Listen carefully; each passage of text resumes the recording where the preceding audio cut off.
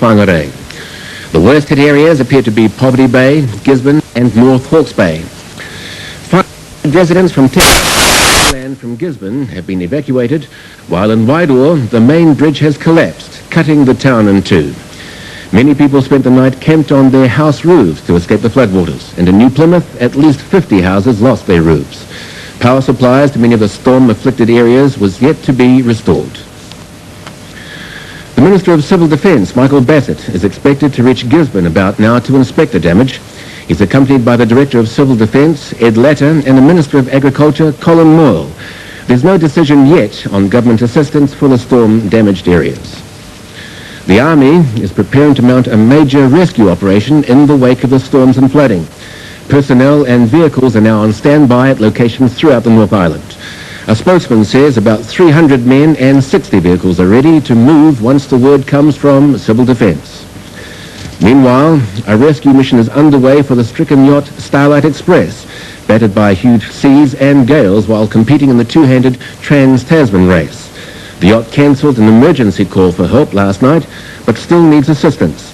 The rescue boat hopes to be able to tow Starlight Express to the Bay of Islands. Some other yachts in the race have been badly knocked about by the high seas, and most have hove to until the weather clears. Both Air New Zealand and Ansett are operating normal services this morning, although conditions at Auckland Airport are marginal. Air New Zealand says there are slight delays on some services, but there doesn't appear to be a big backlog of passengers from yesterday's cancelled flights. The railways say ferry services are running normally, but the Wellington to Gisborne Express will stop at Napier. There's no rail link to Gisborne, and buses can't get through either because now the road is closed.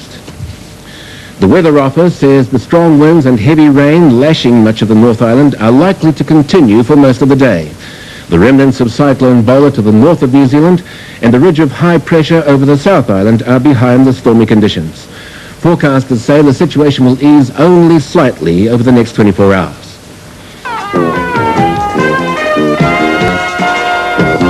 Tonight, violent storm batters much of the North Island. 4 people believed dead and thousands evacuated. Good evening. Network News for Tuesday, the 8th of March. Gale force winds and torrential rain have wreaked havoc in many parts of the North Island. 4 people are feared dead. Hundreds have been forced from their homes. In some places, the roofs of houses were ripped off. In others, roads have been closed by floods and slips. And in many areas, people were without electricity for up to 24 hours. The savage aftermath of Cyclone Bola claimed an elderly farmer's life near Whangarei when he drowned while trying to move stock to higher ground.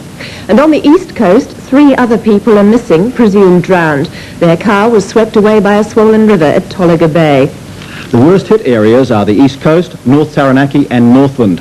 On the coast, Wairoa has been split in 2 by the collapse of the town bridge. Floods have also swept away Wairoa's water mains and power and telephone lines.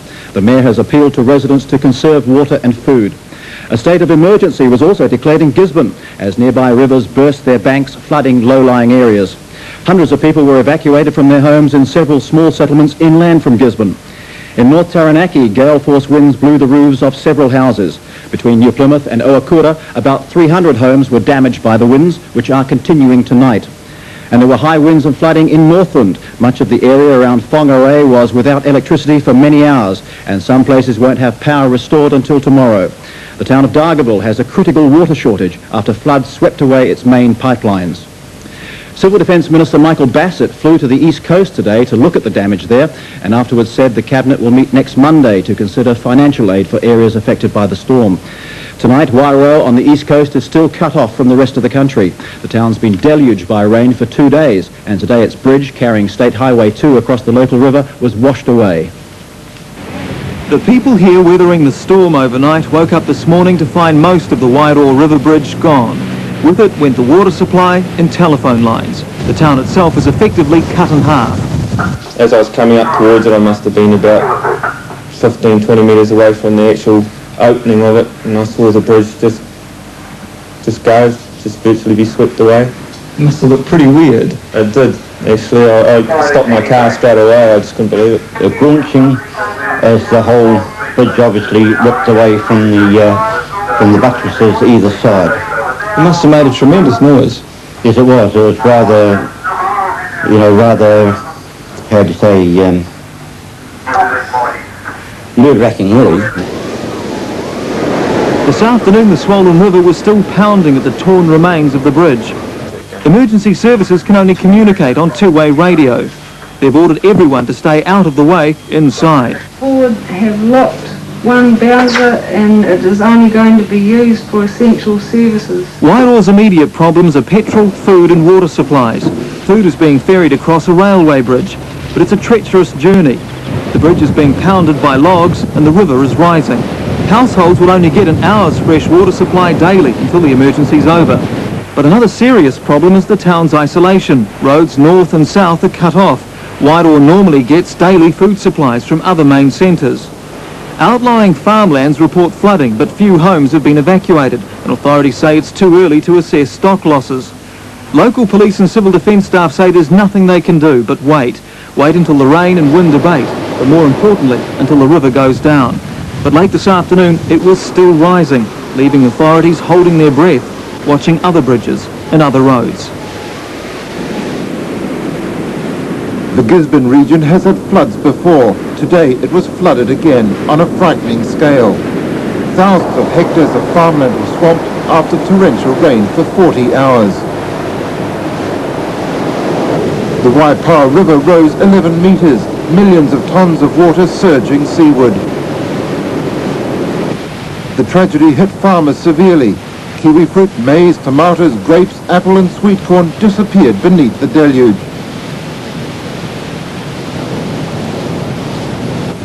For the locals, the rain brought heartache. The coming crisis was evident last night. Emergency services evacuated 500 residents from the tiny settlement of Tikaraka. With danger to life averted, residents could reflect on the damage to property. This would be the worst we've seen it. So by far. Can you describe some of the situations on your farm? Well, there's no sign of any of the vineyard at all. That's completely gone. Our 2 5,000-gallon tanks are completely underwater. Your home's on high ground, is it, Rob? The home's on high ground, there's no problem there. But, we've got an implement shed down there that would probably be half full of water now. City dwellers suffered too. On the Gisborne seafront, dramatic evidence of the strength of the storm. Trees having been uprooted by rivers, washed downstream, only to be flung back on land by an angry sea. And not just trees either. Animals suffered, as always. Sheep and deer huddled in the water, keeping close for warmth. On high ground, their plight looked terrible indeed.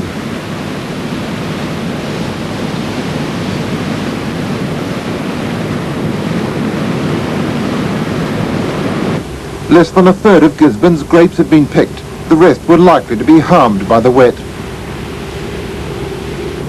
Just on 1,040 people were evacuated from their homes during the crisis. Late today, a state of emergency was still enforced. With bad weather on the cards tonight, Civil Defence was continuing to work frantically for the flood-affected people of Gisborne to try to minimise further suffering. In New Plymouth and northern Taranaki, the storm has caused some of the worst damage ever seen in the region.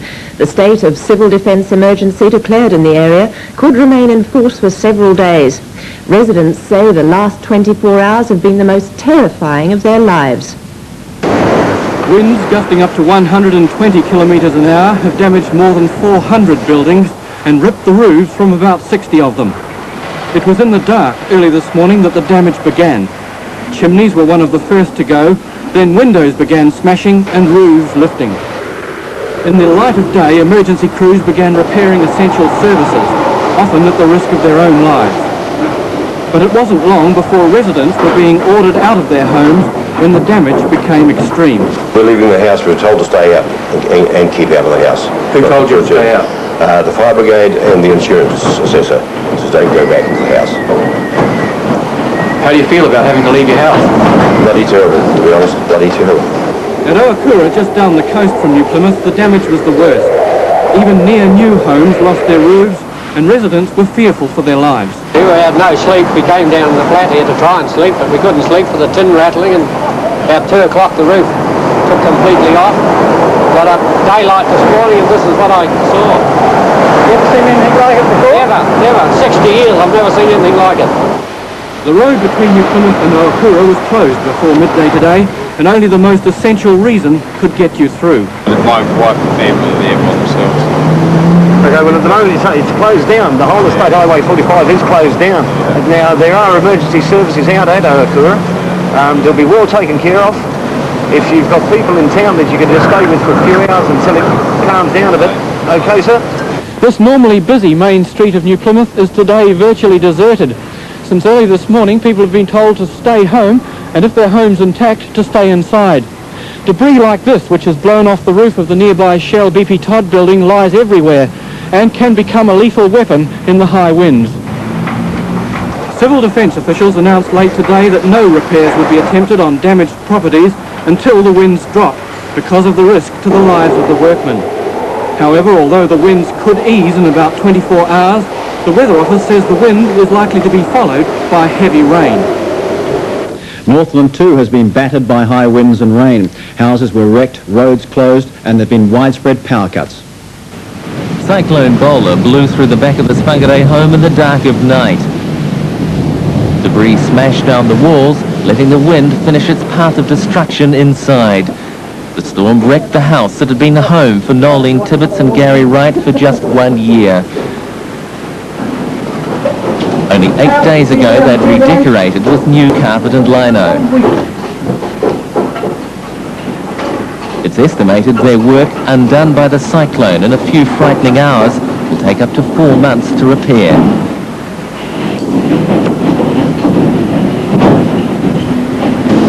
The storm left widespread destruction across Northland. It toppled trees, blocking roads and cutting off power. Coastal areas found least refuge from the wind, where visitors as well as locals are counting the cost.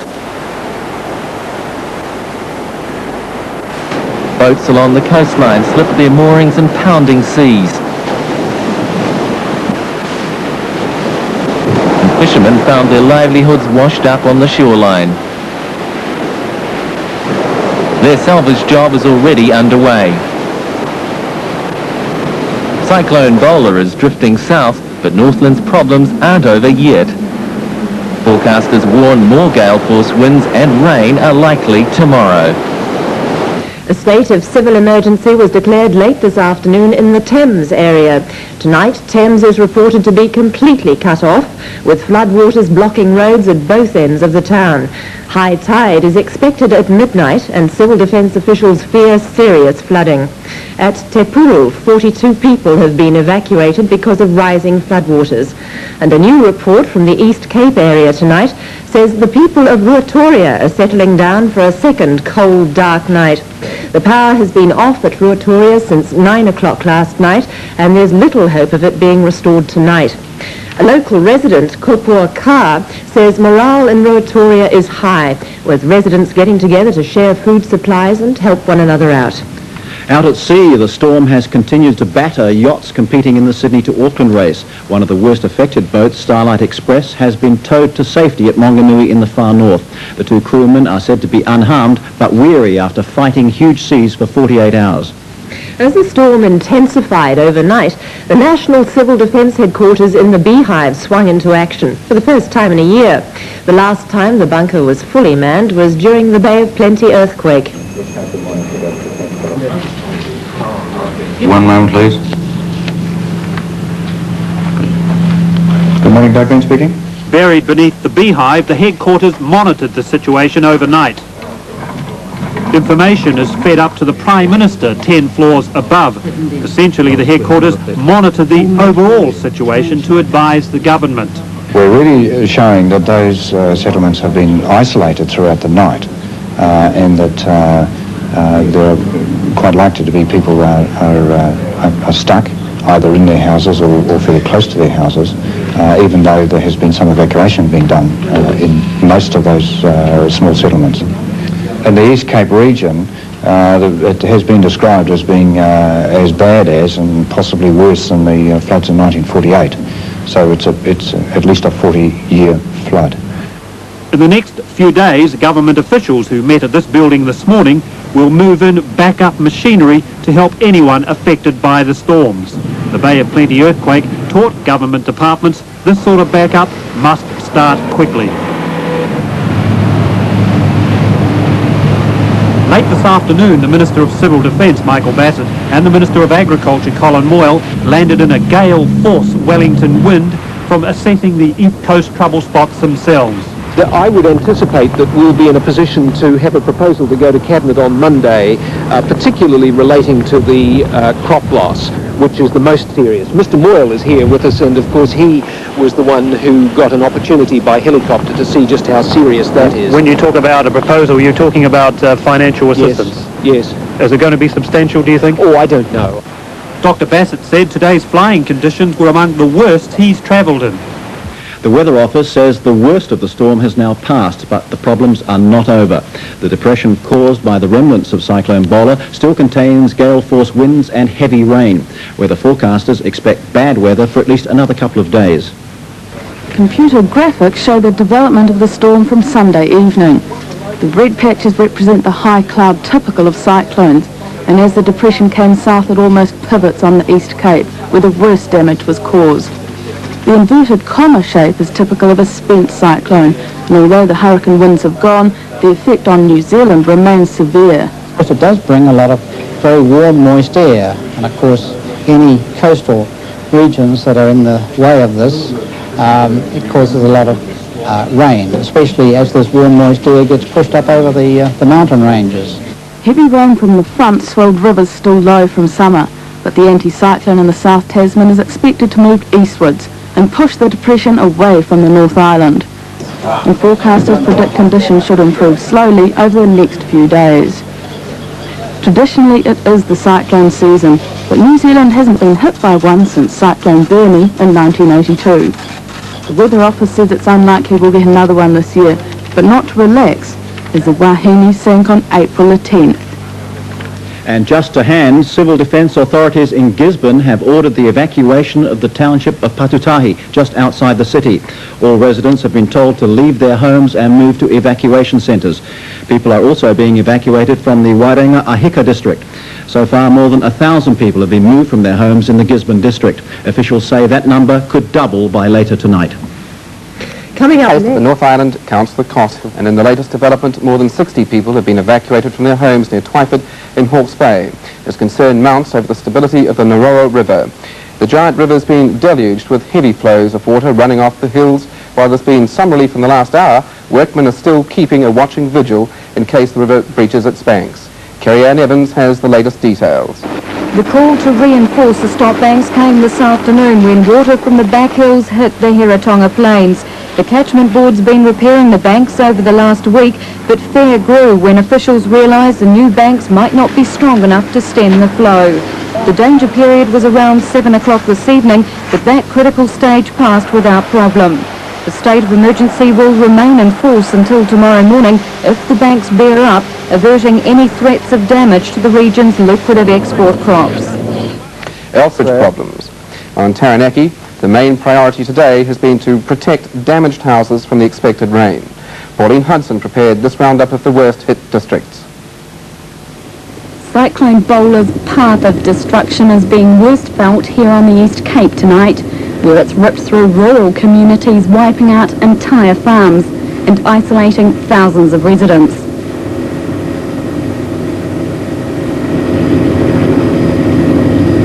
Damage right along the coast is estimated in excess of $20 million, including devastating stock losses.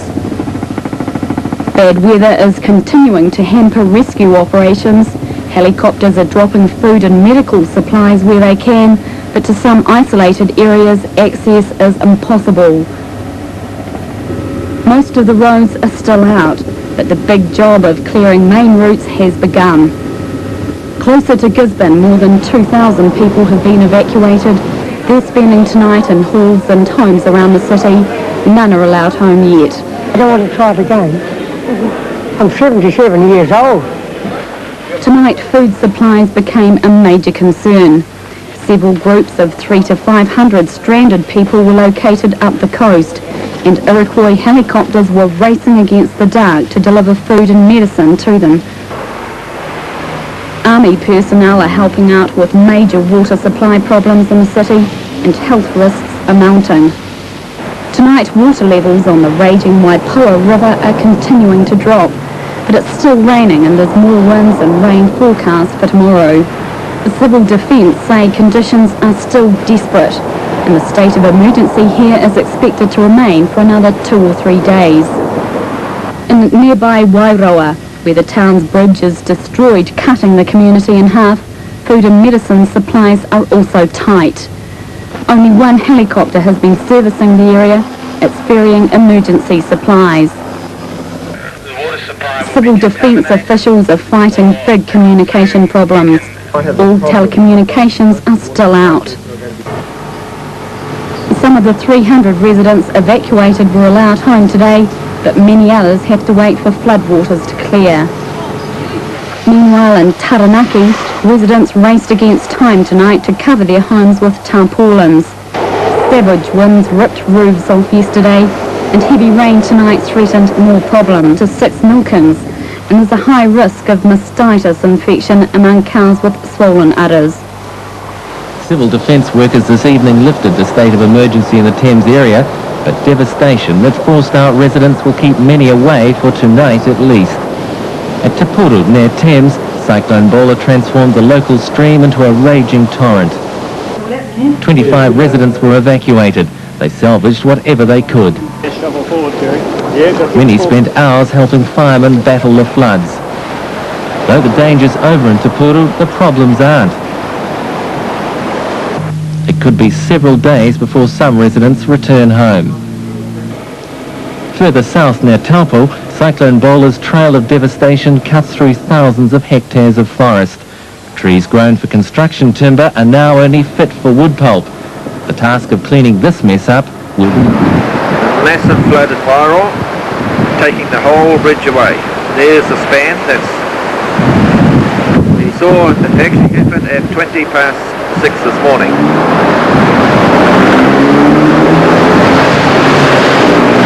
I'll just bring it around here a bit more, showing the lighthouse and everything. They've got it all blocked off over there in the bridge, just on this side, naturally. The alarm was actually started around about midnight last night.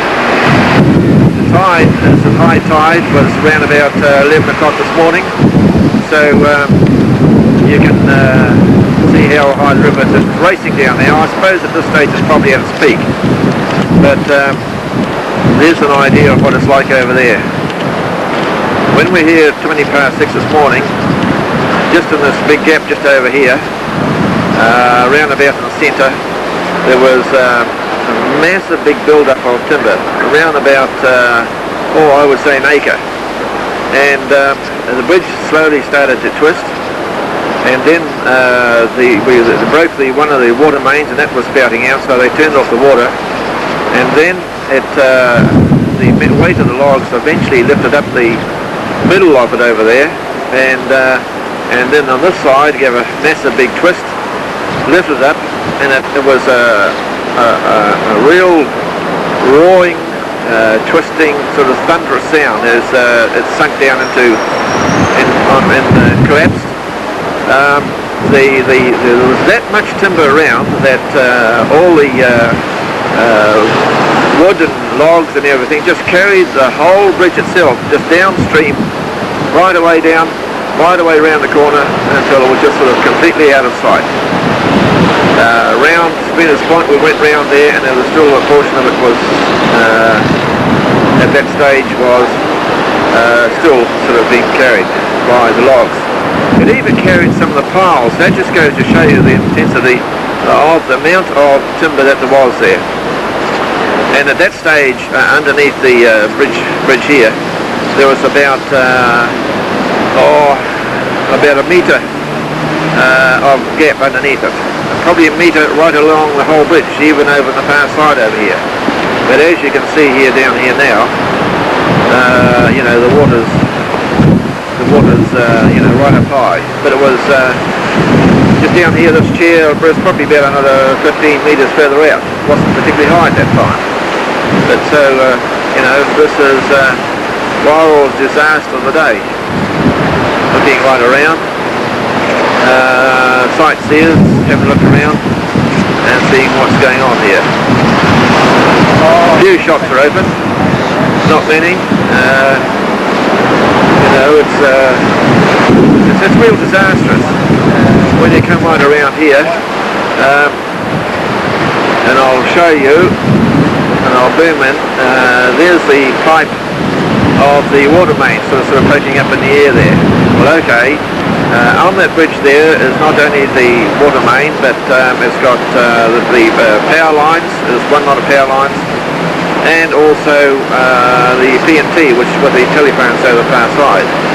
Now, there is power coming over to Wairoa through the rig from those poles up there. You can see at the top there, and they come across the power lines. You can just see the top of that building over there. Now, that's the only power that we've got feeding Wairoa. So at this stage, it's all not good for us. So I'll just leave it at this and have another view from the other side if I can. The view of the bridge won't show you particularly much.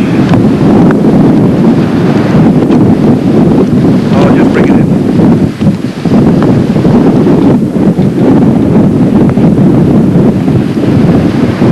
Right, now I'll just focus on the side here and then come across.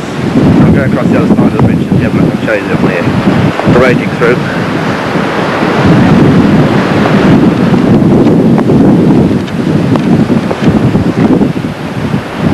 It's starting to fill up here, as you can see. There's the paddling pool.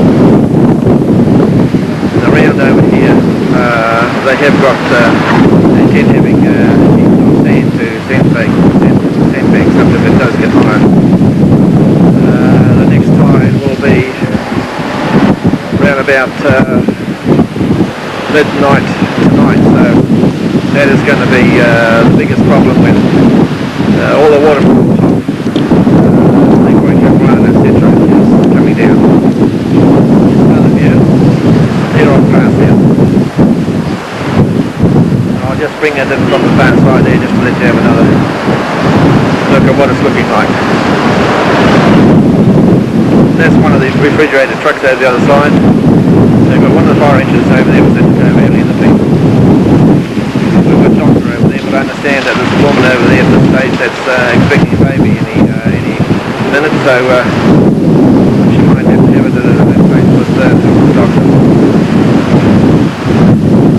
This is down at the camping ground, and here's our dear old roam shed which used to row in from all row of the boats, you know, all our, I remember at one stage, we used to walk straight out there.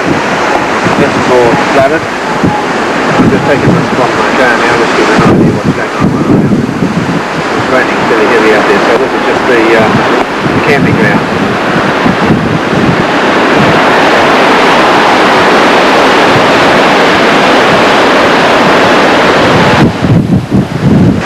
Over here, the water's just really whipping through some of it. It's a hell of a wide bar.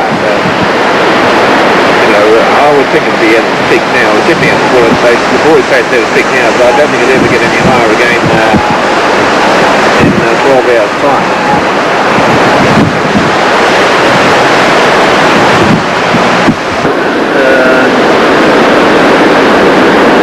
Shed which the ski club here. That was, you know, the wreck down there, and it's slightly full now.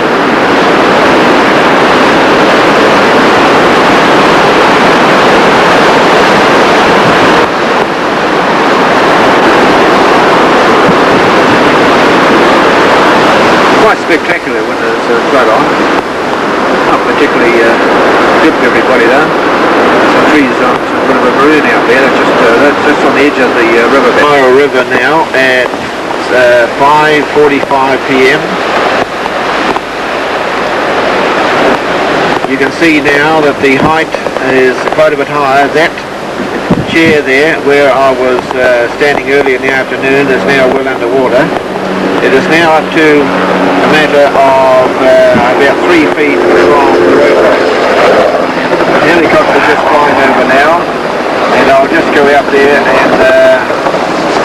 and see what I can tell you. Here's the helicopter up the top there. That's obviously TV or something like that, monitoring the river level. Matter of fact, I'm quite sure it is the TV plane. But the water's still racing down. But there's a hell of a lot more water to come down here because it's been draining up the stream a lot more, and tonight, around about midnight, is going to be quite crucial. So I'll walk across the road now and see what's going on. The bridge as it was, as you could see there before, when I was doing it early in the afternoon, there was about a metre underneath this part. It's now right up to the river. It's still flowing very, very fast, but if you look around here a bit more, there's the lighthouse which I was taking a photo of before, and it's well under. This is the height that the water is up to the bridge at this stage, and they've got a bit of sandbanking coming on just over here at the top, and you'll find that that's just the beginning of the sandbanking that will be done. As I mentioned before, midnight tonight will be very, very crucial.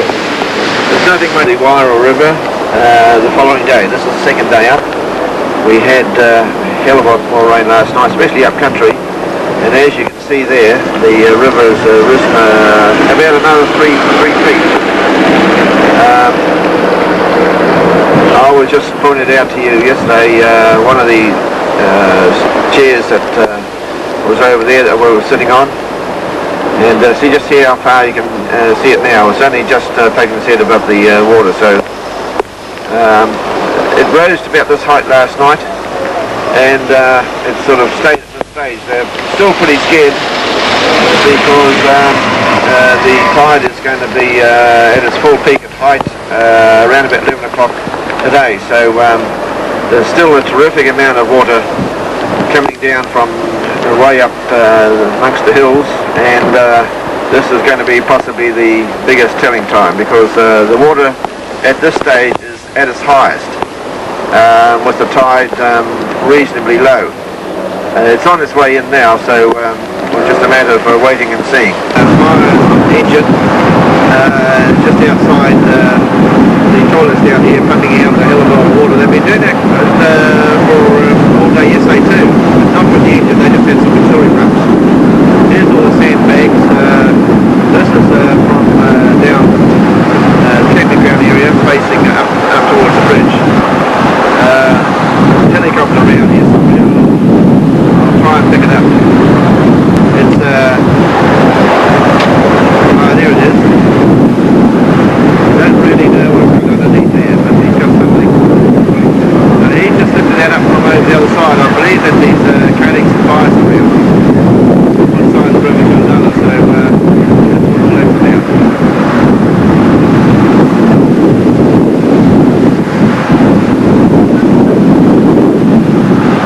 There's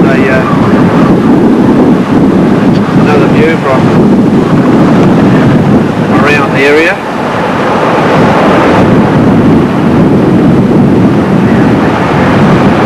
As you can see, the old pumping station's a bit underwater there. So there's water and more water around this. This is from taking up on the top of the hill body.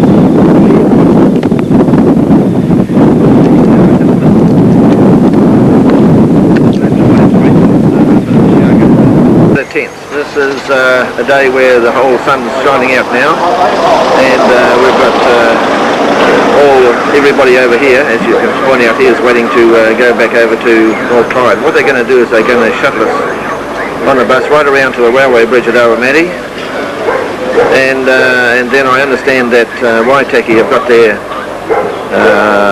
loco and some wagons, I understand, so we can all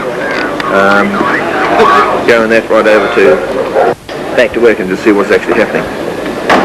But The helicopter now has just picked up Mike Cox and some of his cohorts, and they've just taken them for a survey right around the whole total area to see what's going on. Phase of the power board. He's the chief engineer, and he's going away now to try and connect up some more power. Up here we have a roadblock by the Ministry of Works. There has at this stage been a little bit of a controversy on who can go through. According to the Ministry of Works, the road is completely closed. But then the police came along and they decided that all the people that were on the bus can go right through. And so what's going to actually happen at this stage is down here there's the Unimog, and they're going to ferry us right through this area, right around here. This is the two-row cutting which has been badly slipped over, and around here where the weighbridge is, it's quite bad, and it's all silted up, and the Ministry of Works aren't particularly happy, but by the sound of it, we're sort of overall. It's quite well down, and it's going quite slow, so it's back to normal. Actually, it's quite surprising how low it has got. This is everybody here just waiting around for the Unimog to take us right through.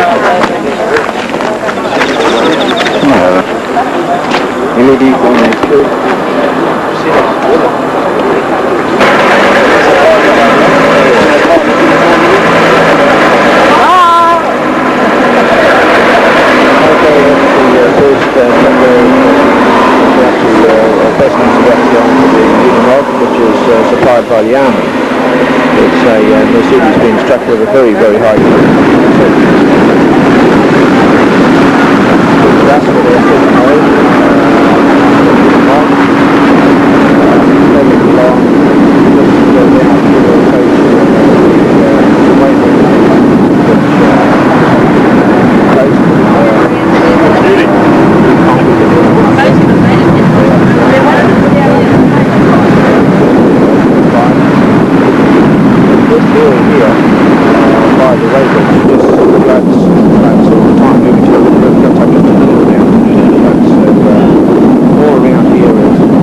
Always has been very, very, very suspect. This is the worst area. The river doesn't have to be up particularly high before the water does actually come over the road, but nowhere near as bad as this. This height around here would be as high as the 1948 flood. As you can see, that's over the other side.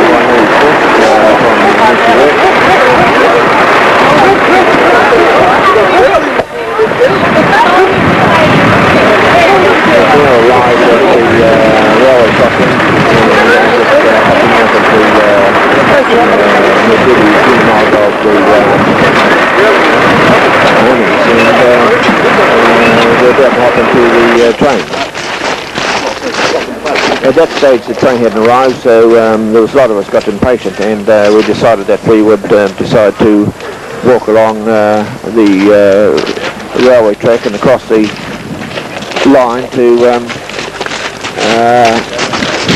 get onto the train itself, and here it comes now.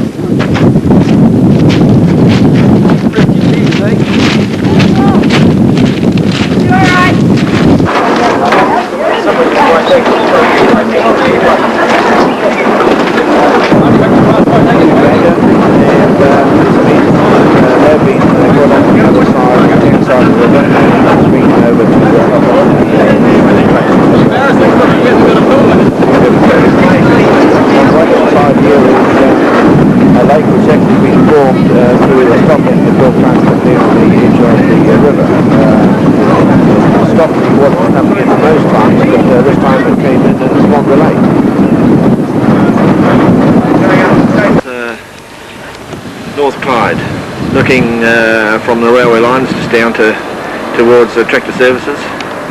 The flood's been right through here, all right the way around.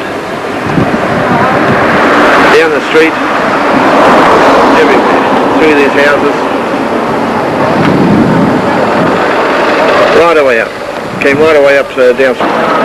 Still wet as anything, so you can imagine just sort of how the depth of it is.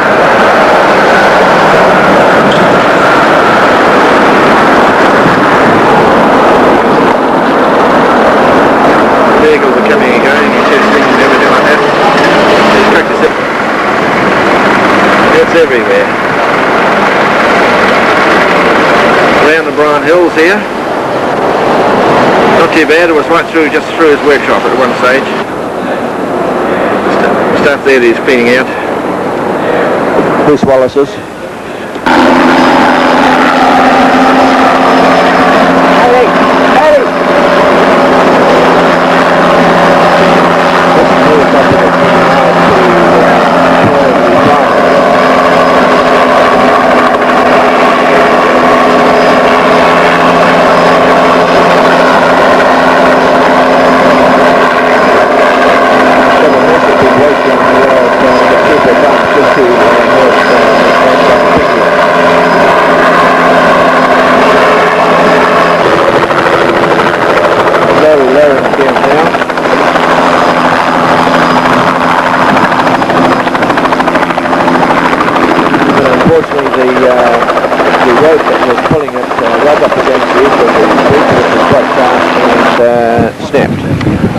Now the fire hose is swung around and standing in the river.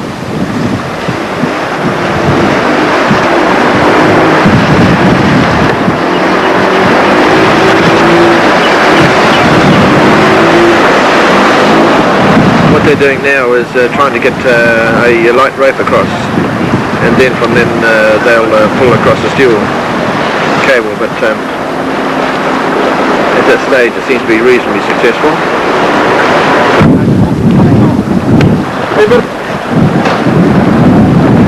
We've actually got the rope across now, and that's the next task is to pull something else over, the steel wire goes across on the cable. See, it's they've got it across here, so only about a third of the way across, and then I'll close off now for a while, and then we'll have another display a little bit later. As you can see now, we've just about got the hose right across.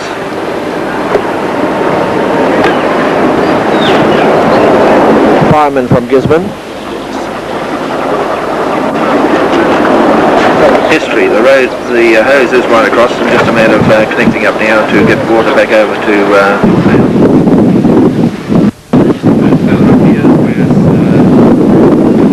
hydrant in, and they've connected it all up, and they're just going to slowly turn the water on to go across the other side.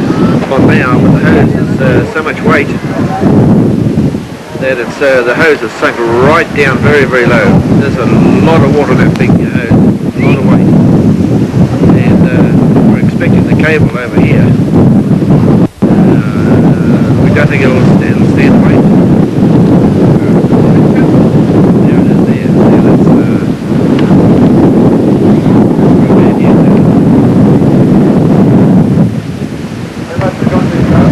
This is Friday, the 11th of March, 1988.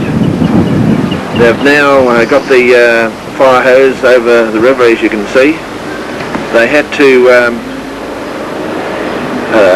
have a dozer over the far side with a very heavy, thick cable, a decent size, about 3/4 of an inch. And they tightened that up real tight because they had a lot of problems with the hose dragging in the river, naturally, with the small cable that they had. And so that's really strung up tight. I'll just move around here now to the dozer on the other side here. Yeah, they've got the dozer here with the winch on it to really bring it up tight to carry the weight of the water. So there's water now getting over to North Clyde, from North Clyde over to main town. P&T are on the job there now. They've still connecting up the telephone lines for the main North Clyde business centre. The private ones they're going to dispense with in the meantime.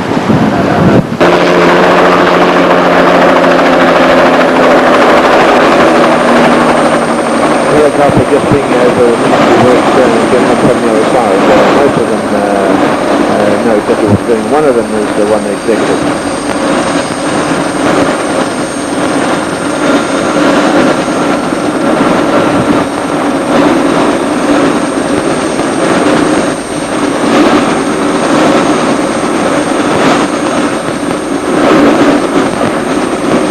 Quite a tricky job landing on the bridge here with a bit of frost on the road.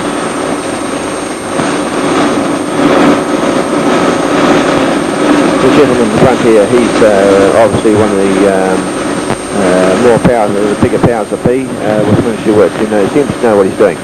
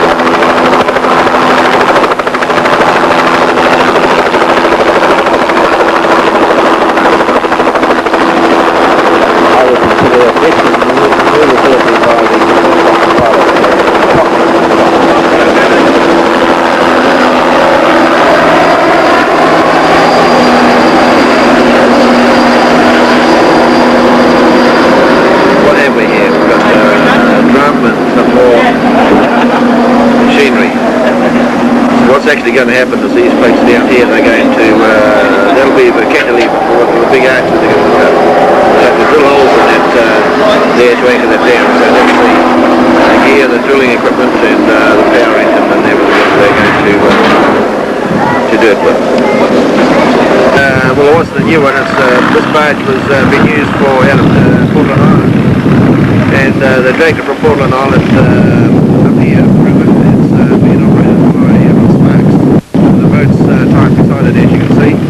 And they come down from this ramp up here, down onto the barge, and he just reverses back, as you can see. And away he goes across the other side. It's quite a unique setup, the way it's done there with the boat. It's under full control, just with the barge tied to the side of it.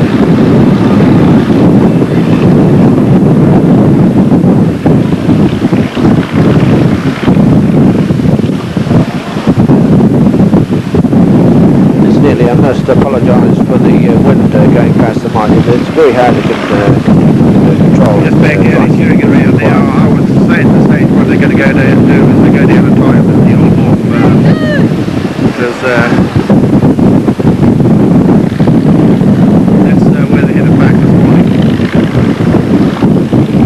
What's actually happening now is the fire brigade are here and they're pressurising the water system so that they can fill the big tanks up the top of the hill. At the normal pressure of 120 in here, it's nowhere big enough to fill up the tank. So what they're doing now is filling it up to 350 pounds. And that's which at this stage this morning was very, very low. It was just down to about 6 inches.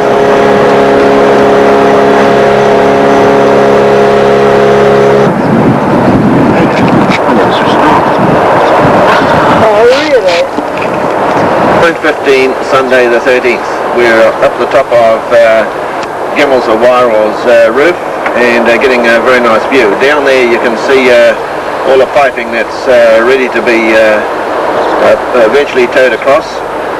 That would be about a 9-inch water main, and just underneath it you can see there is attached to it is about a 3-inch pipe which is going to take the telecom wiring.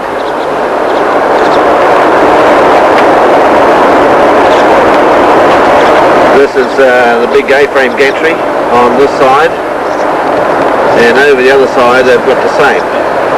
Now what they're going to do is they're going to tension a big massive wire about 1.5 inches in thickness up over the top of this and stretch it across the river with a bit of tension, and then they're going to hang the water main and also telecom onto it. At this present time they're just putting up the main heavy wire which they will be tensioning. Now as they're pulling the big main cable over, I'm just focused on one of the piers out there. You can see the wire just sort of poking out from it, and that would be the upstream pier, the next one out, and it's you can see the massive lean in it is. So it's when the bridge went it just tore that pier in half and took the rest of it downstream. You can see the cable coming from there down to the water. It's sort of caught under something at a stage. That's the big cable, but they're going to carry on pulling it right through and put a bit of weight on it and pull it up from there, I think. My theory is they should have pulled it back and untangled it for a start, but they appear to pull. It says it's so heavy. I don't think it is, but anyhow, there's 3 guys in that boat there. They've come over the side, they've pulled one cable over, and they seem to be joining it onto ropes from the top there, but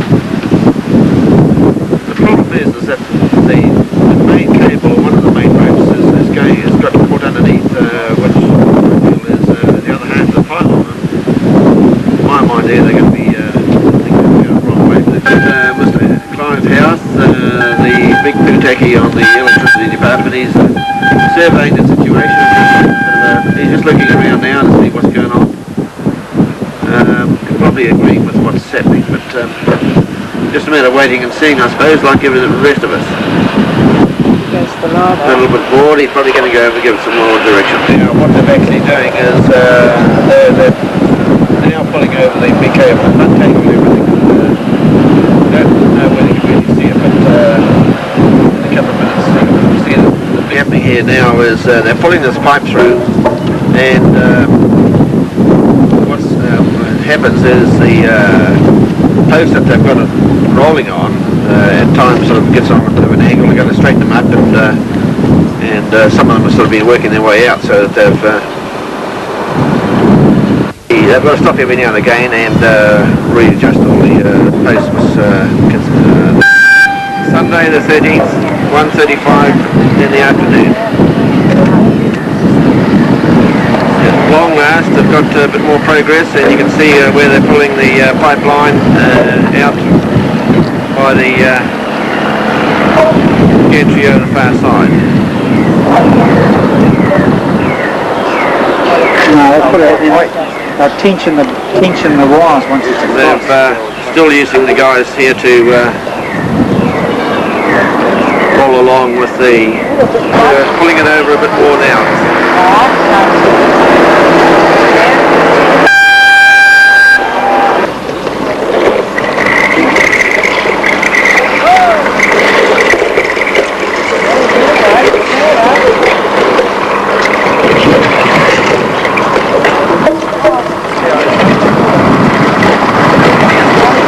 Just about over the other side.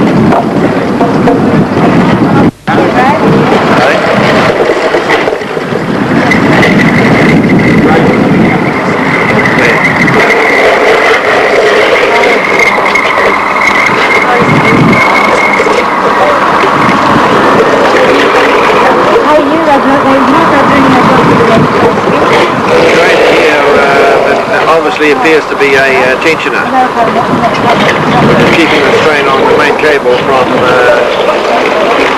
getting too slack, and the idea of that is that it's keeping this pipe out of the water.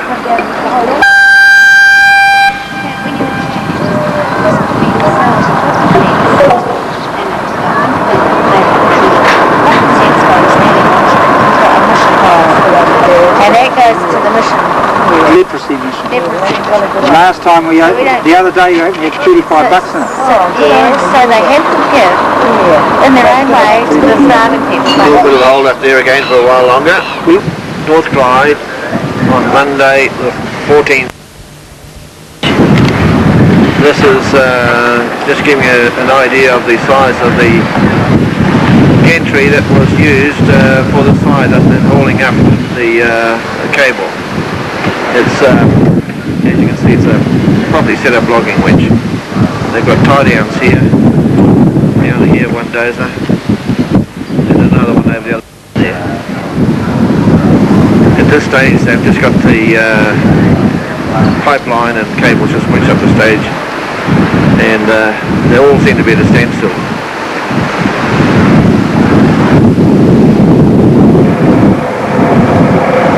Over the other side there, they've got somebody up on a cage. It appears that he's tying the main pipeline up to the main cable, which obviously had a few tie downs that broken at one stage.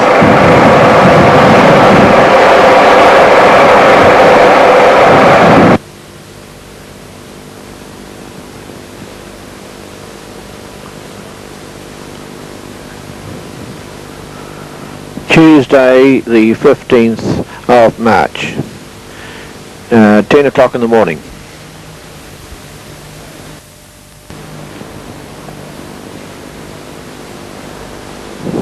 What's actually happening here is we've got some men held up in this cage by Mr. Little's big crane, and they're just tying down, well, making sure that there's no problems with the main pipe at the top there, and they're just putting a few extra safety ties on it.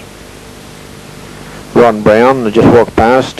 He's one of the men from the local constabulary to do with the waterworks. Now, what is exactly happening here is the P&T, the Post Communications Department, were just connecting up one of the pipes that they can pull the cord through.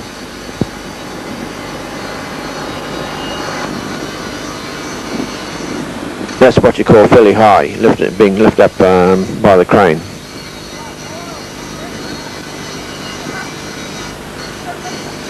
Those two men have just finished fixing up the piping, and they're just been brought round to be lowered down the ground again.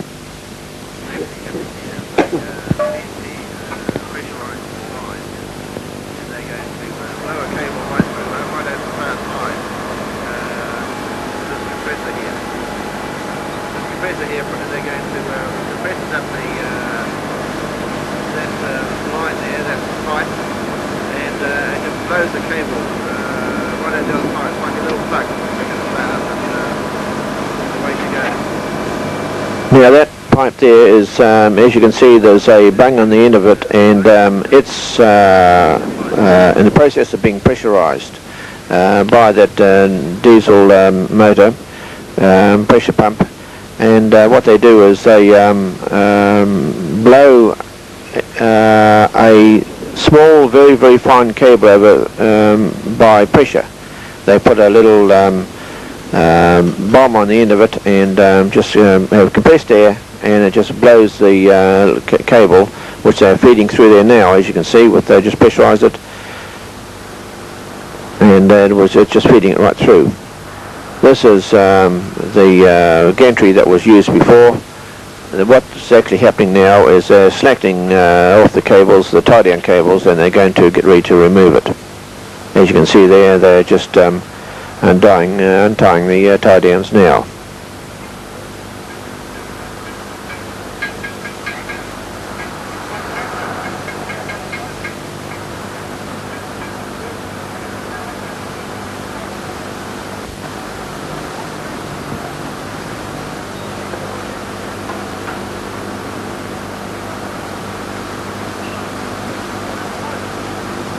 Just re-winching the slack of the cables back up for carting away.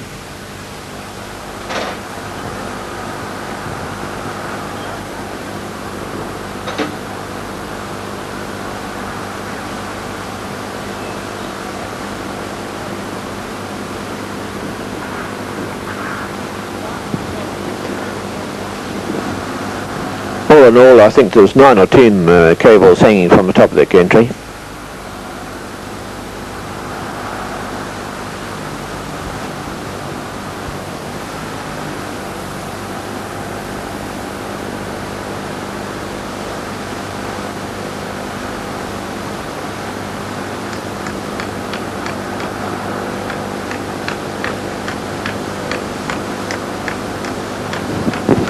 Just keeping a little bit of tension on the cable to stop it from getting too slack when it's wound around the drum.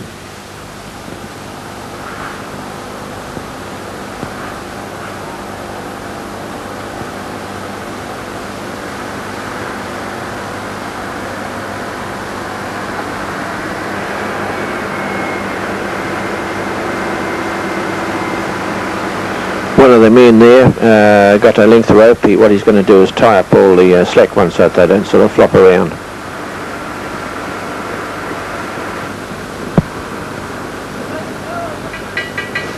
Now, as you can see there, that's the bomb that they put in to seal up the end of the pipe, and they're going to do it to the second pipe now. As you can see, they're just putting that up in there. And you can see how they've got the one of the wires, just a thin wire, running down a little groove, and he's going to hammer that up there just to make it tight. And that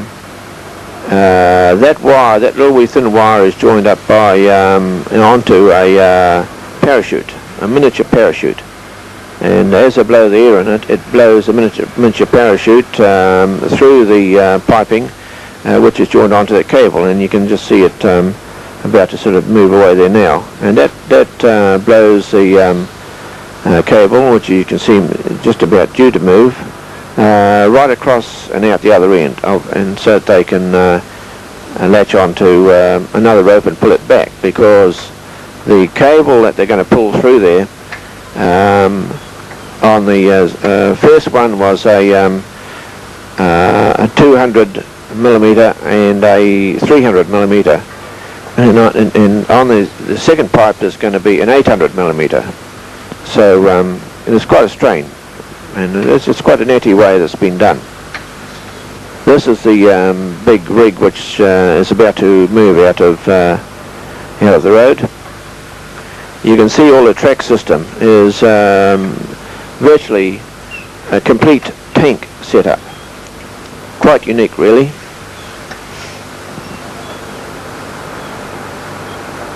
Powered by a big GM diesel. See the way all the bogie wheels are oscillating. There's the driving wheel.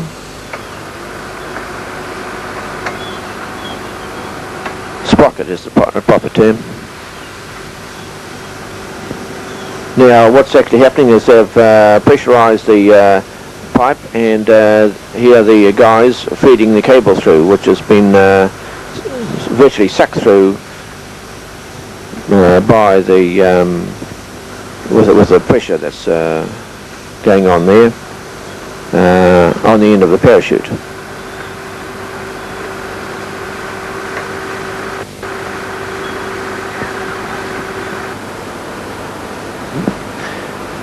A little bit of an accident there. The men are lifting up one of the water inspection plates. Very, very close to having a major catastrophe. The rig was turning around, and it caught on top of the inspection plates, where I think is one of the fire hydrants. And if it had moved around too much, it would have torn the main pipe hydrant valves, and there would have been water everywhere. But luckily, it didn't do any damage. This Huck Adams from Adams Engineering. That is the water pipe coming up, and he's going to weld up a fitting with bends on it to join up with the main water pipe that's been drawn over during the weekend.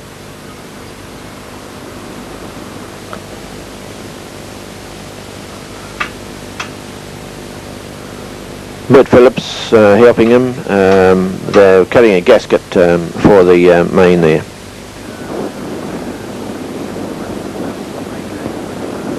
Communications men tying down the piping, because it's quite a big strain when they pull the big cable through, and naturally it's going to be quite a big strain on that bend.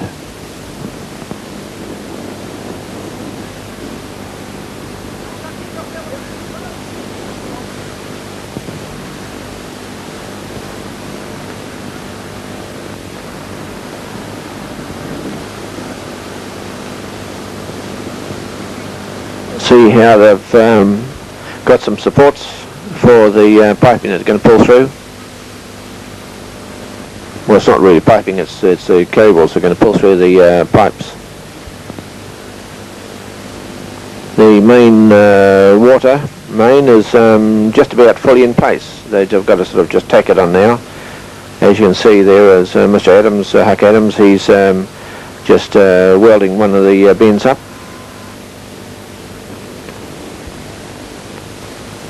Here is Alan Spark. He's the gentleman in control of that's his boat that he's got attached to the barge, and he's doing a very, very good job. He started at 5 o'clock this morning, and by 9:30 he had done 17 runs across the river and back. So that's quite a good feat. He can certainly handle it very, very well. As you can see there, the barge is tied onto the side of his boat, and it's very safe. It doesn't rock at all, and what's actually happening is they're bringing up to 40 passengers at a time across the river.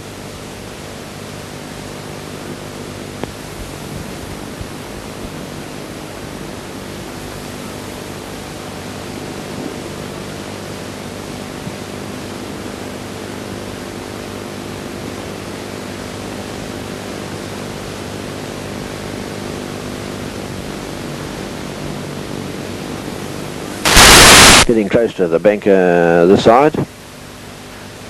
Well, this side is, as Alan Sparks said, over to the mainland, which is North Clyde, he considers.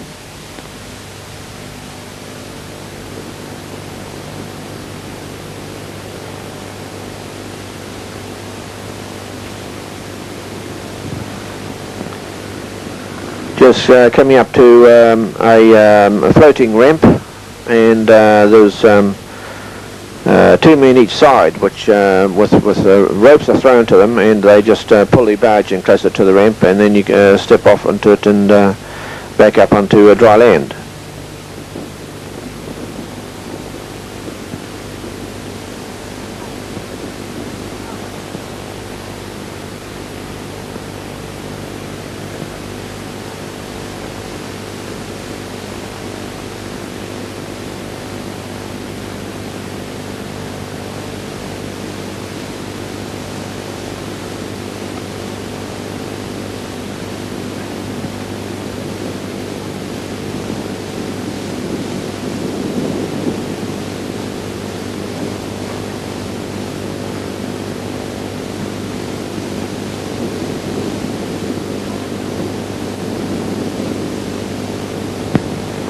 Some workers, some sightseers, and some shoppers, and I suppose some that have gone over and stayed the other side of the river for the evening and coming back home.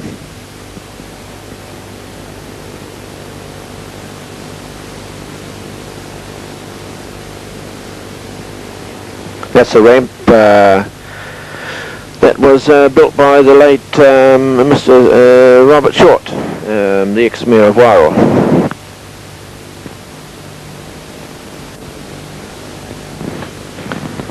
That is the unit owned by Communications, Telephone Communications, that is actually designed for winching cables through piping or ducts, and that's exactly what's happening now. It is started to winch the first lot of cables through the lower duct, and there as you can see is the cable moving as it's slowly winching the main telephone cable through.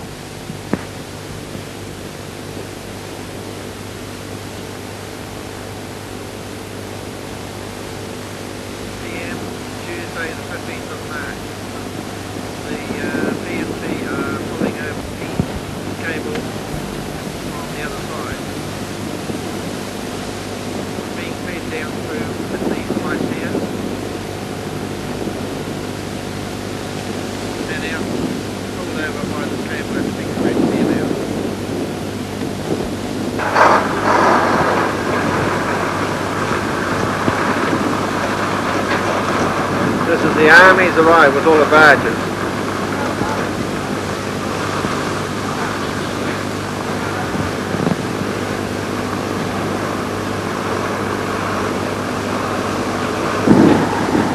The army arrived about 1 o'clock in the afternoon, and up top there is on the back of one of the transporters is the barges, one on top of the other. I think there's about 8 of them. There's some of the army personnel that are ready to get into gear and... It's arrived, it's a success. The TNT cable has been pulled over very, very successfully. This is the first cable, and they're a game of what they say is 500. And the next one is going to be 800, so it's going to be a tougher test than the present one. Back to the army again. They're just in process of lifting the barges off.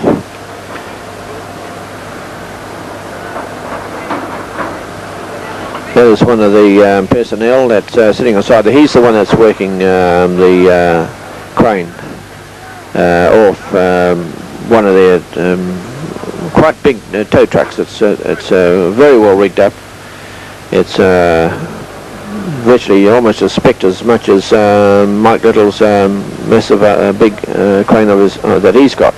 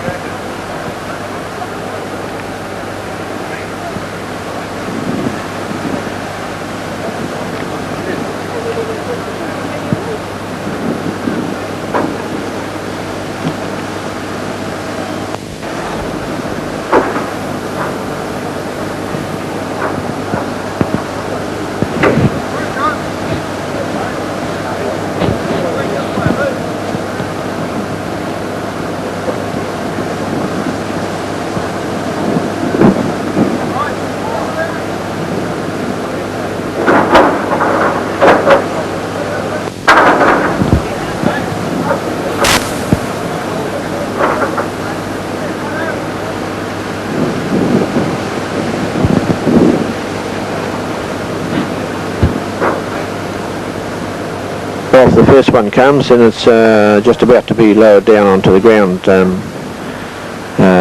be moved out of the road.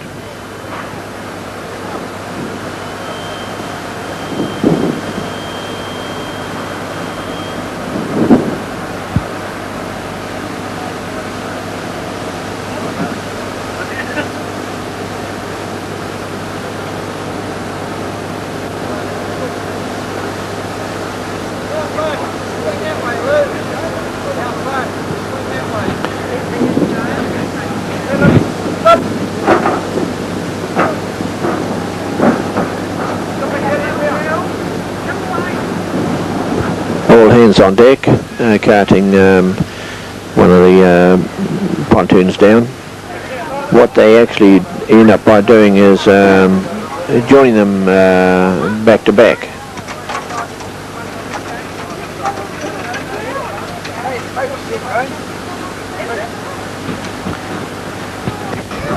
This you will see later of actually how it all sort of forms together. Here the one of them SA unit. There's the two pontoons there which have been pinned together. Yeah, they're just going to shoot that up and assemble another two pontoons.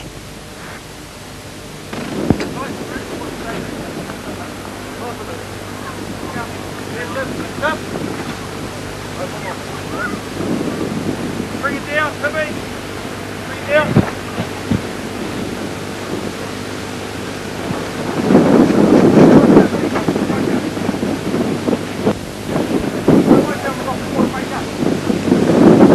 As you can see, one or two of them don't mind getting into the cold water, and I understand it wasn't very warm either.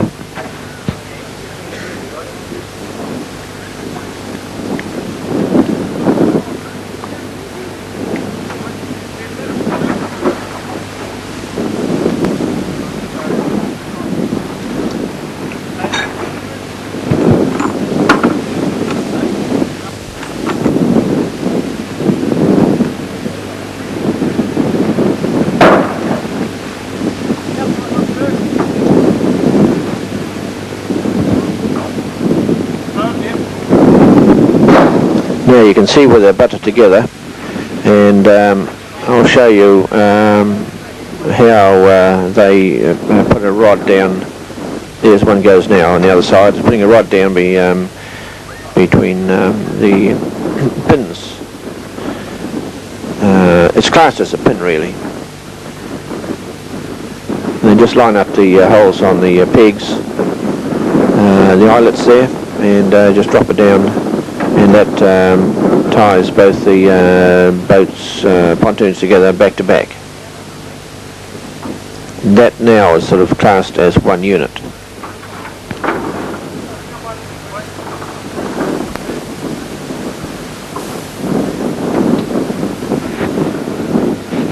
As they're assembled together, they're just moved up the bank so that they can bring down another two to join them up. This is part of the decking, and you'll see how it fits on.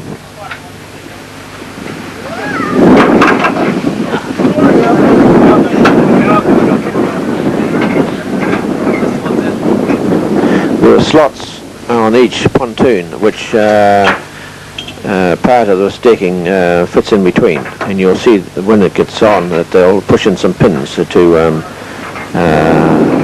hold it in together and make it stable.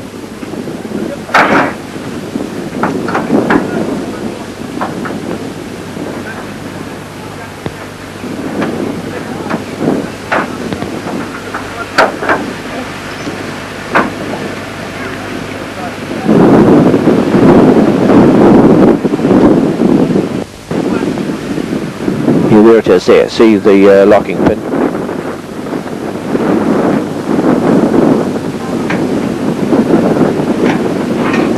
Now the second one goes on the other side.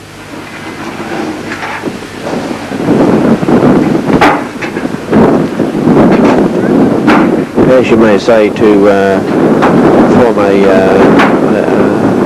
driveway. These are used in the army mainly for transferring vehicles across rivers and lakes and that sort of thing.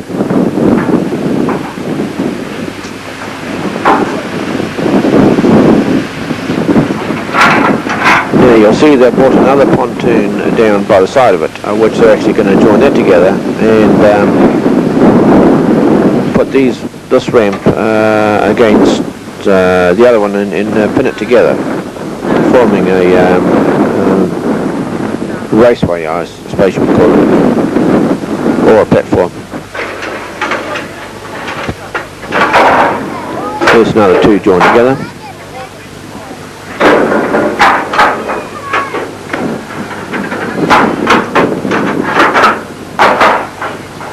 One of the army personnel standing in the water right up to his shoulders.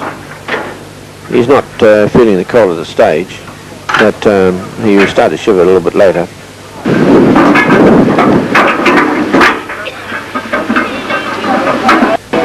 We're now down to the stage where they're ascending the ramps.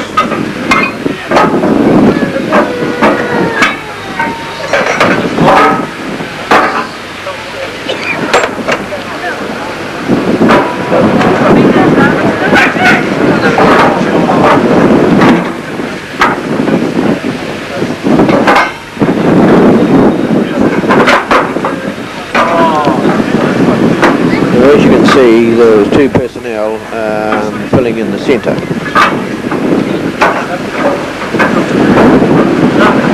All this decking and also the pontoons themselves are made of light alloy, very, very strong. Very, very strong alloy. On the back of the pontoons there are frames.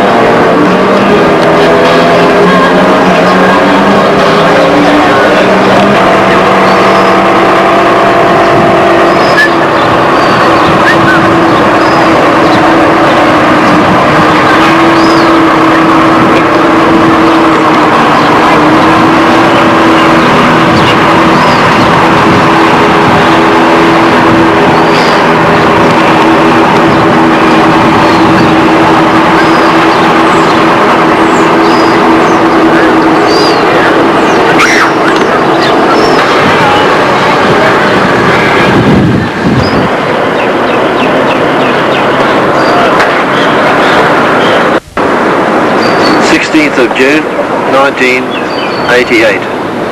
This is Alan Spack's modified barge at this stage. What he did is he put a roof on top of it. Oh, that was the original barge that was owned by Owner. He put this roof on top of it, and he's now charging 50 cents a crossing. It's all covered and everything, and it's quite a good service. And it's now replacing the good old army barge, which has just been dismantled. In a very short time, they'll be coming around to the bridge on the other side, and they've got Mike Little over there with his crane, and they're going to lift it off straight up into the area, which is flat on the other side there, so that they can dismantle it on the ground.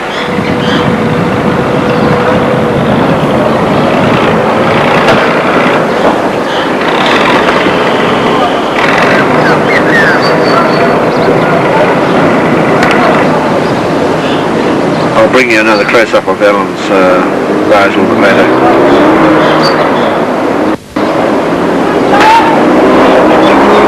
The rubber ducky, the last we're seeing of that also.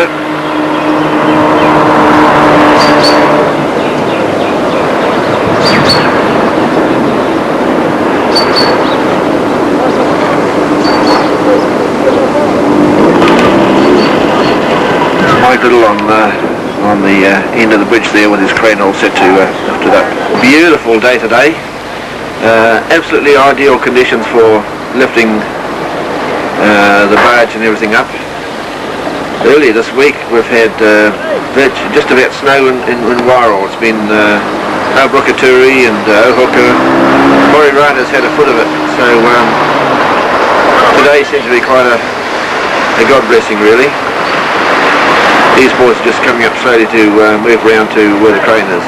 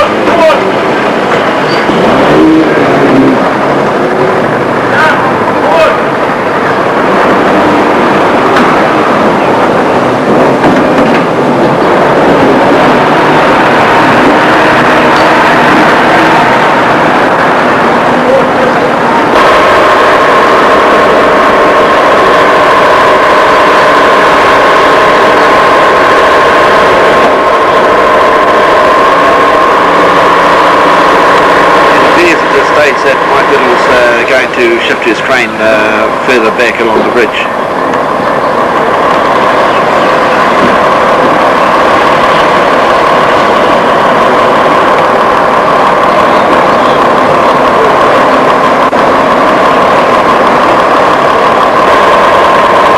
What he was actually doing there was putting the big rope strops on, as you can see them coming around now.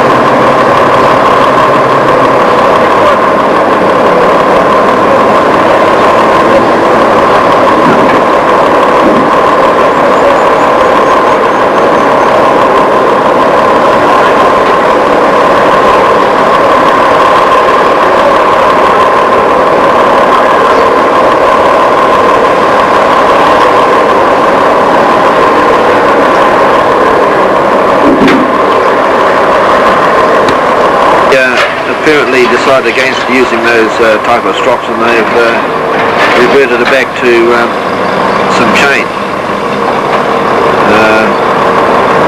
It appears they're going to hook it up more to the centre of the pontoon rather than on the outsides. On the background there is the Ministry Works drilling rig. They're doing some testing there on the pile depth as far down as they can go onto the foundation on the bank there. What's happening here is they're taking some of the surplus gear off the top, and they've obviously got a truck parked around the other side, and they're backed up on the bridge so that they can just load it directly onto there. Those are the ramps that were on each end that they're lifting up now, that they've dismantled.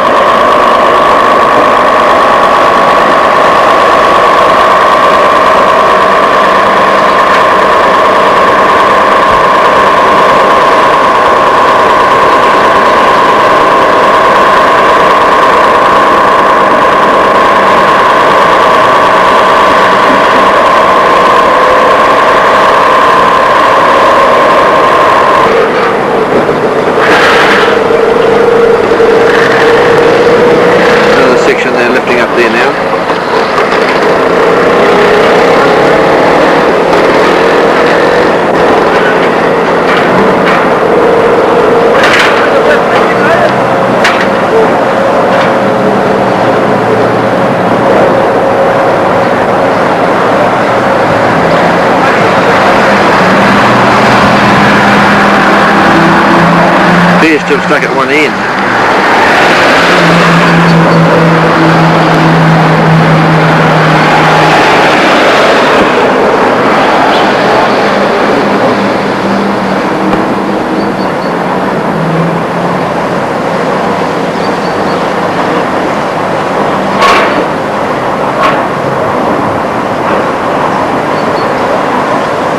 Going to reposition the chains again, I think.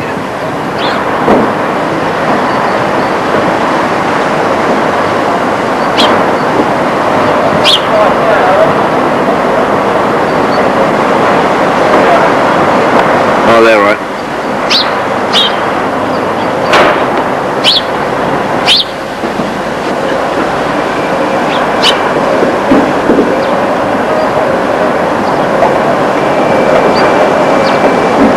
Perfect conditions.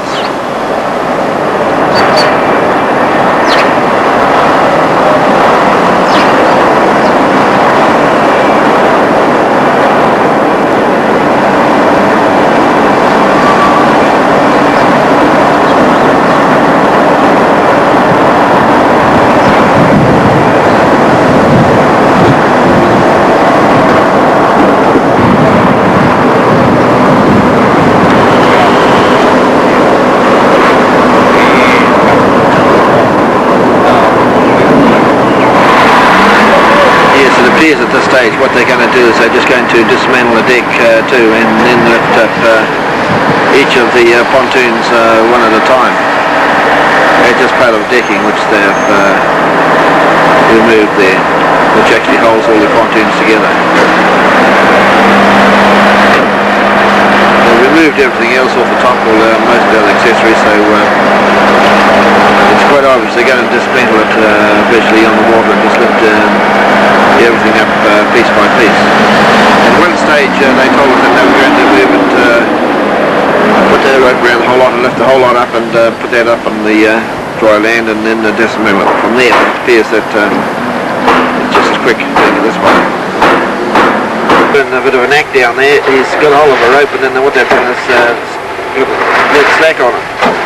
And he's got his head visually dangling in the water and he doesn't know how the hell he can get back now.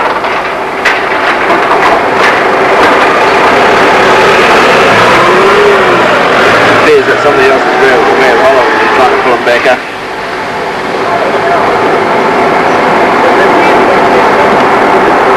He's not far away from a ducking.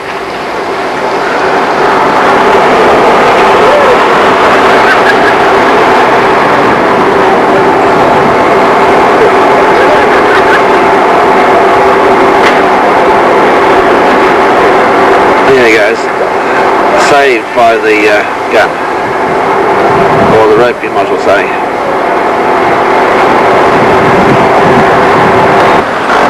They're actually parting the two pontoons that they've got joined up back to back.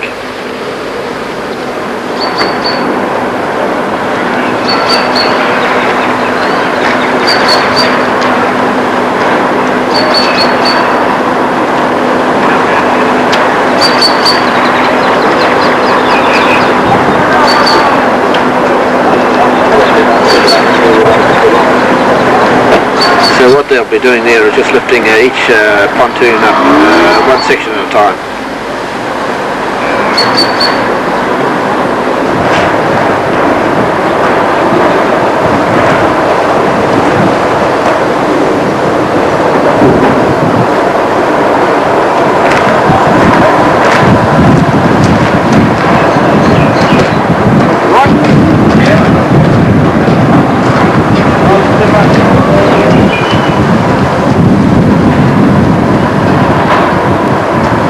What they're going to do is lift the pontoons up. They've already lifted one up. They're on the second one up. That's the other half.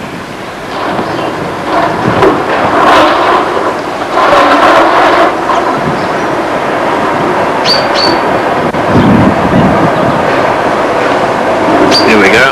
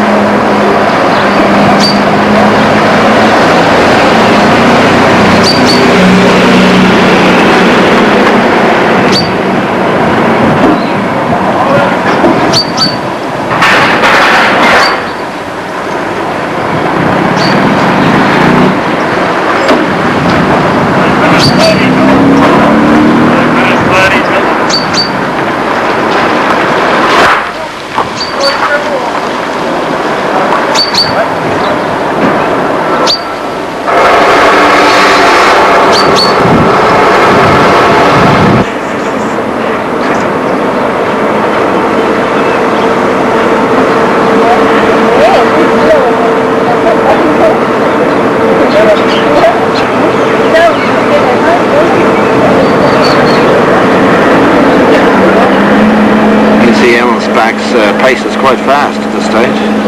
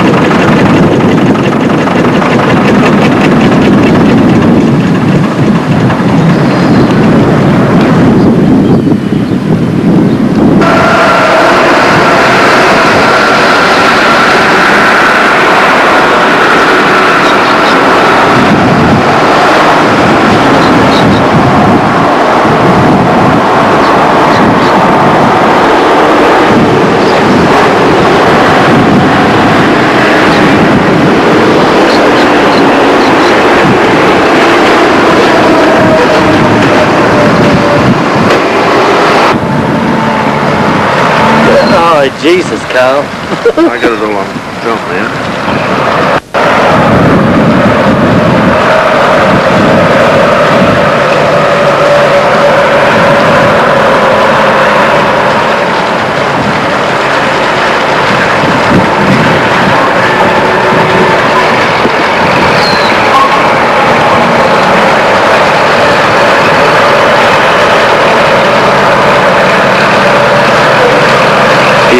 He's going lower and lower in the front there, see it? Yeah, but he's drifting the ground now. Yeah, they won't do it. He's not even turning the wheels up. He can't. He can't.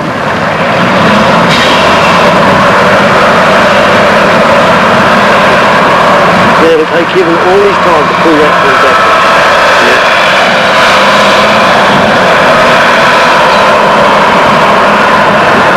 I wonder if it's a drilling rig. No. Oh, I don't know what it is. Looks to be a shaft off the back of it here. Yeah.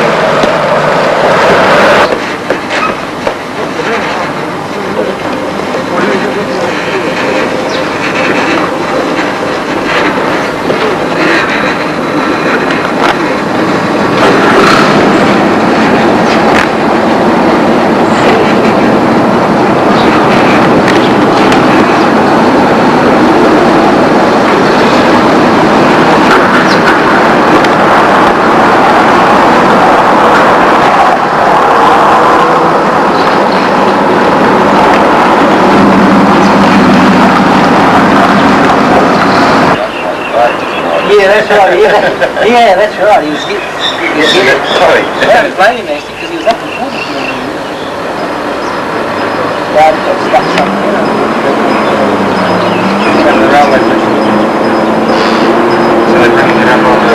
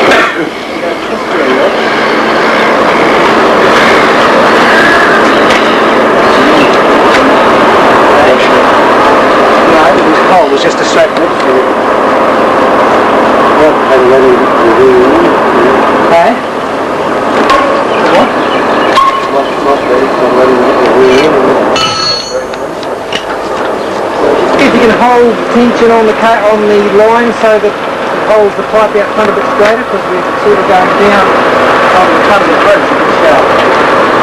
Well, we can only pull it back to the moment on the whole end, and I have to hold it. It's annoying. Oh yeah, we've got someone at the back, but if you take it up, you can hold it. We'll have someone at the back. You should be able to take it up. Be pulled by the... Yeah, as long as it doesn't hold this one. No, that'll come back. No, it's okay, keep going back.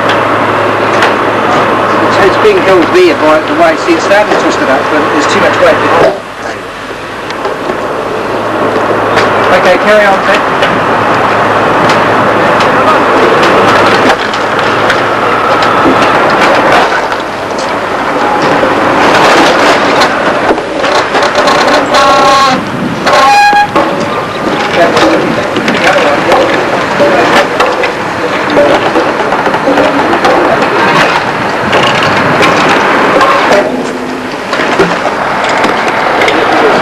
This profile? No, I just say we needed to release this one.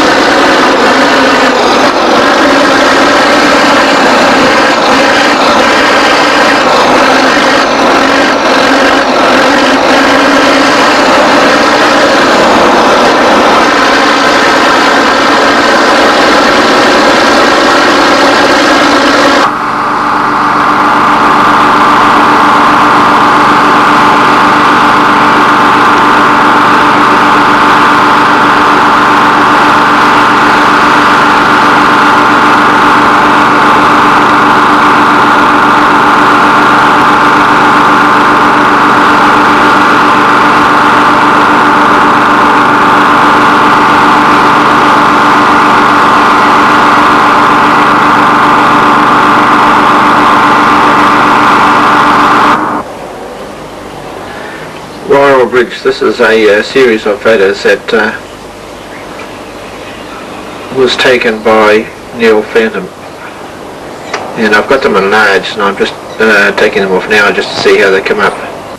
This is the first stage of the bridge collapsing.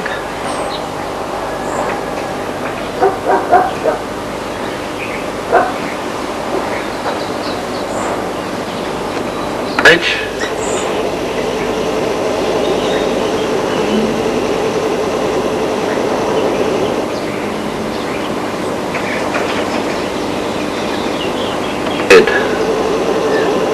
Third stage.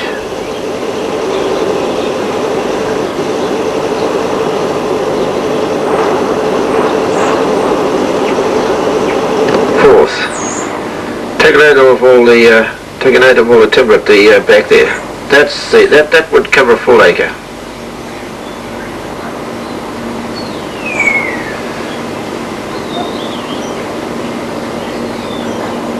There's all that timber.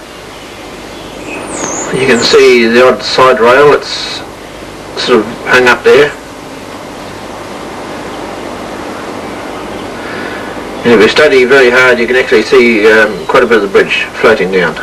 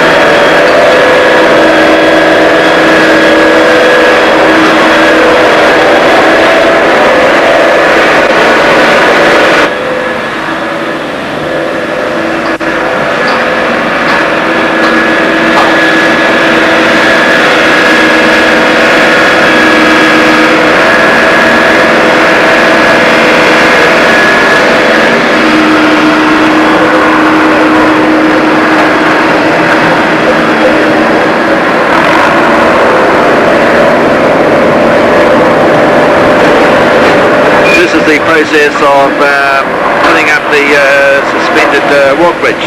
The construction is a Bailey set up, and that's Mike Little over the other side there. Ministry Works. There's all the pieces of the Bailey bridge, like a Meccano set.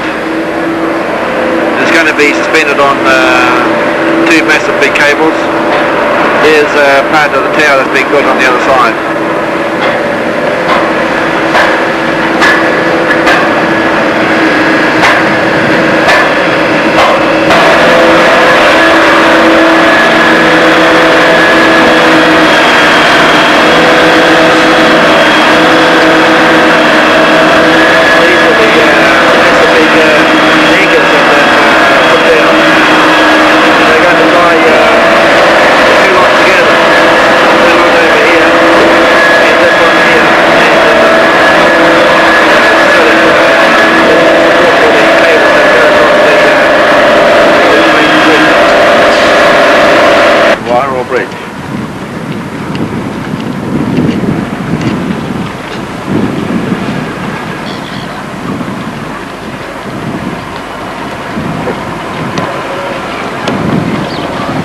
The footbridge is now just all being completed by Wairoa Bridge building process.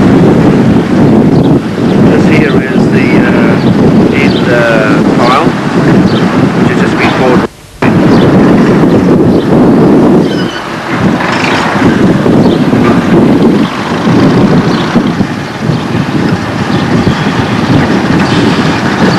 Bridge pylons will be going along to this bottom section here, and that level up there, you can see it's quite a height above the present road. Track has been led to McNair down. That is that berm there. What they're doing is they're putting a temporary bridge across here, so they can use their crane and be able to work with the line on the side of it. Over here is a subcontractor called Upscaled, and their contract is to put the piles down. As you can see there, there's 4 piles, 5-degree angle coming up into the centre, on which they'll put the main cross beam on there.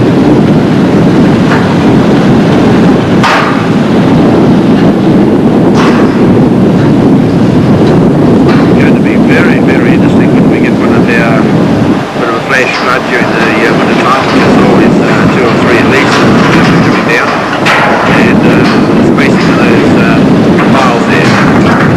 Everybody in Wairoa reckons it's going to be very, very interesting exercise trying to stop the trees from just taking a toll and falling down the river like last time.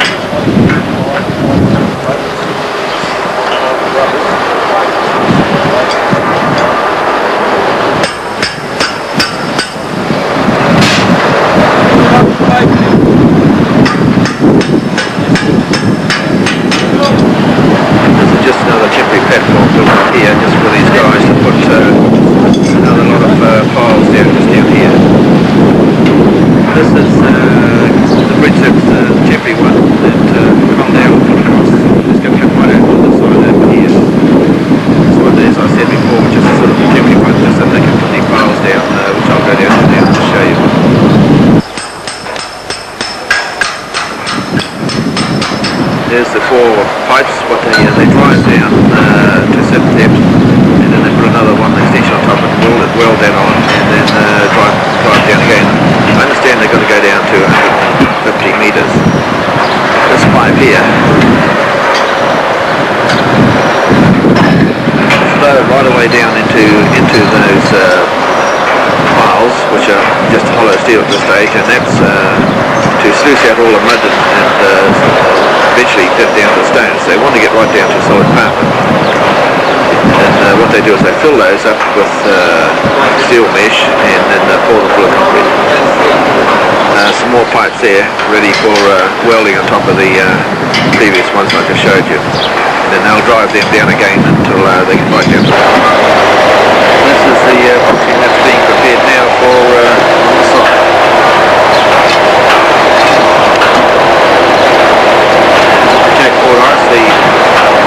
The rangateers were here.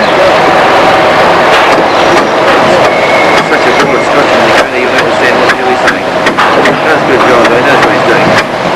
Mind you, he wouldn't be there if he didn't.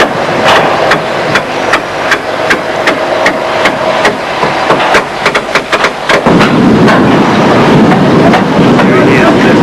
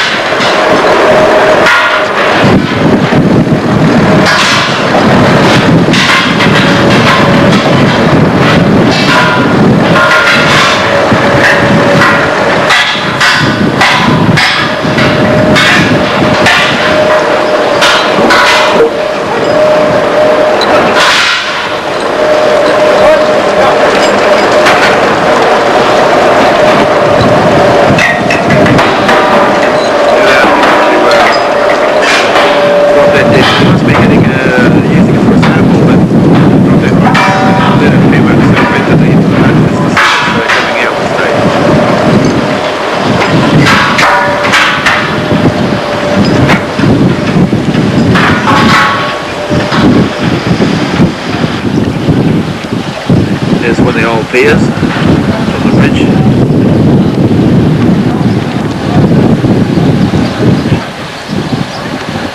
Everybody's knocked off the smoker. They've got a special machine which drives this big crane, which is actually on rails, and they go to and fro with big beams, these sort of beams. They'll come right back and bring that crane right back, and it'll pick up a couple of beams, and then they'll transport it back out, and then they'll hammer them back down on the other side. That there is a frame already for the there's the first pole that's actually in the river, and the second, there'll be another one just further out to there. I understand there's going to be 3 piles in the actually main part of the river.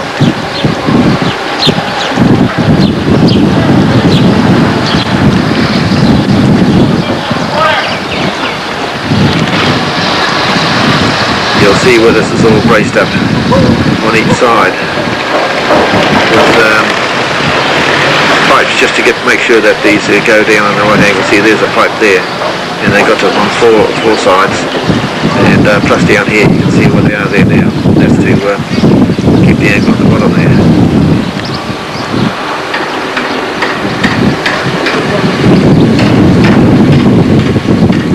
They've got these braces here to support the bridge for when the trees and all that stuff come down. It's going to be very, very interesting to see what actually happens. The Wairoa local residents don't reckon that that's got a show of holding any of the weight. Mind you, engineers are supposed to be the experts, so they apparently know what they're doing. Being made up.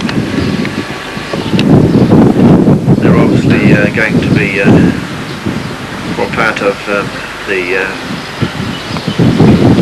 pouring that they pour the concrete in some of the piles. Surveyors equipment that's getting the levels, which they sight right through, but they made a bit of a balls up. In here there was 2 main lots of piles, and they made it a metre too high. So they had to use drilling gear to drill through the concrete, which they'd already poured and everything, and take it down, which took 2 guys at least 2 days. And I noticed in the paper there where one engineer's been replaced with another one. I take it for granted that he might have been responsible for the cock-up. Here is the old foundations of the fiddling pool that we used to have here. That's the concrete area, which they're now using for dumping and storing some of the machinery and everything.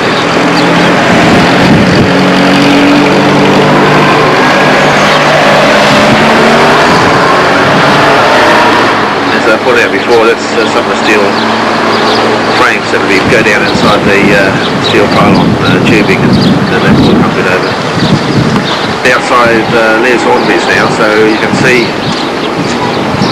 how much higher that bridge is going to go. I understand it's 2.7 metres higher than what it normally was. So it's quite a height.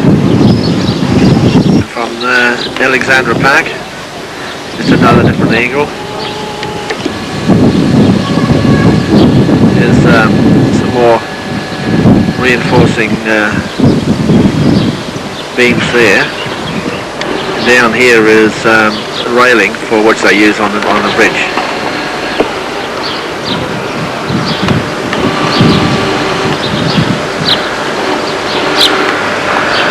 I'll bring you around to the bridge now. Our walk bridge.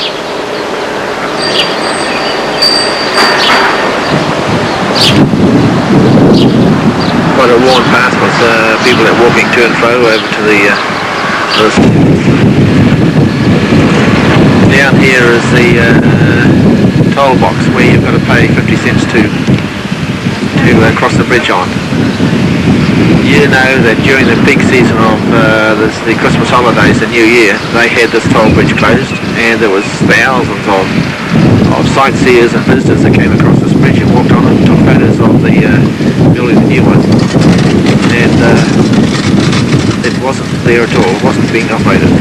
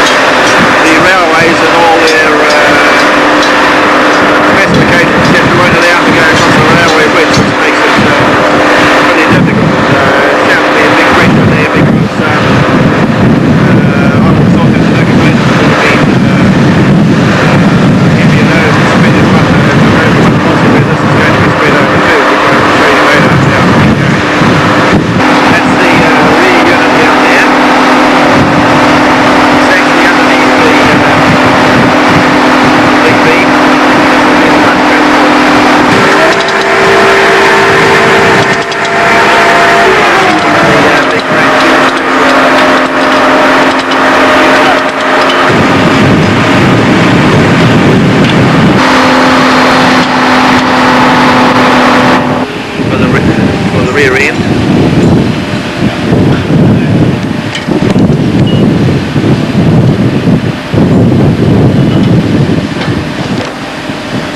And you can see the driver sits in front there.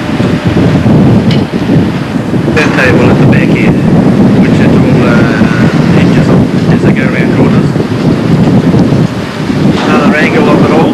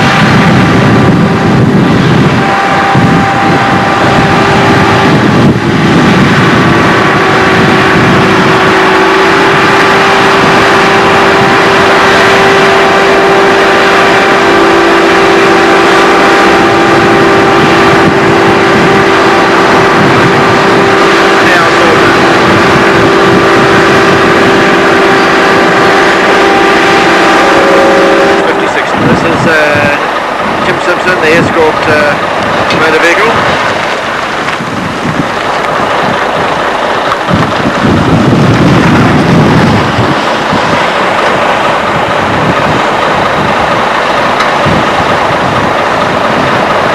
Not too long to go now before it moves off.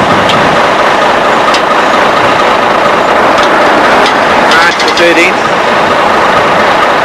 1989. First beam goes round to the southern side of the new Wairoa Bridge. Ship stations, go away.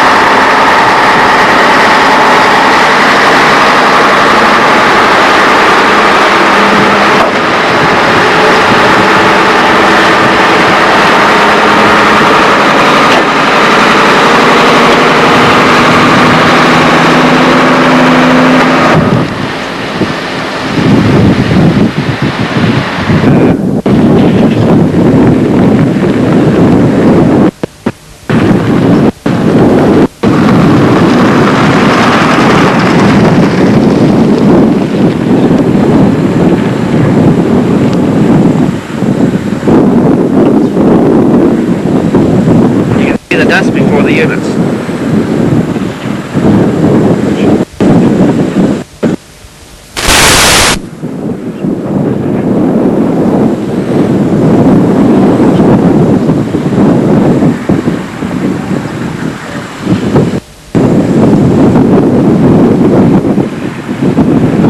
I certainly would like to be in the back units for dust.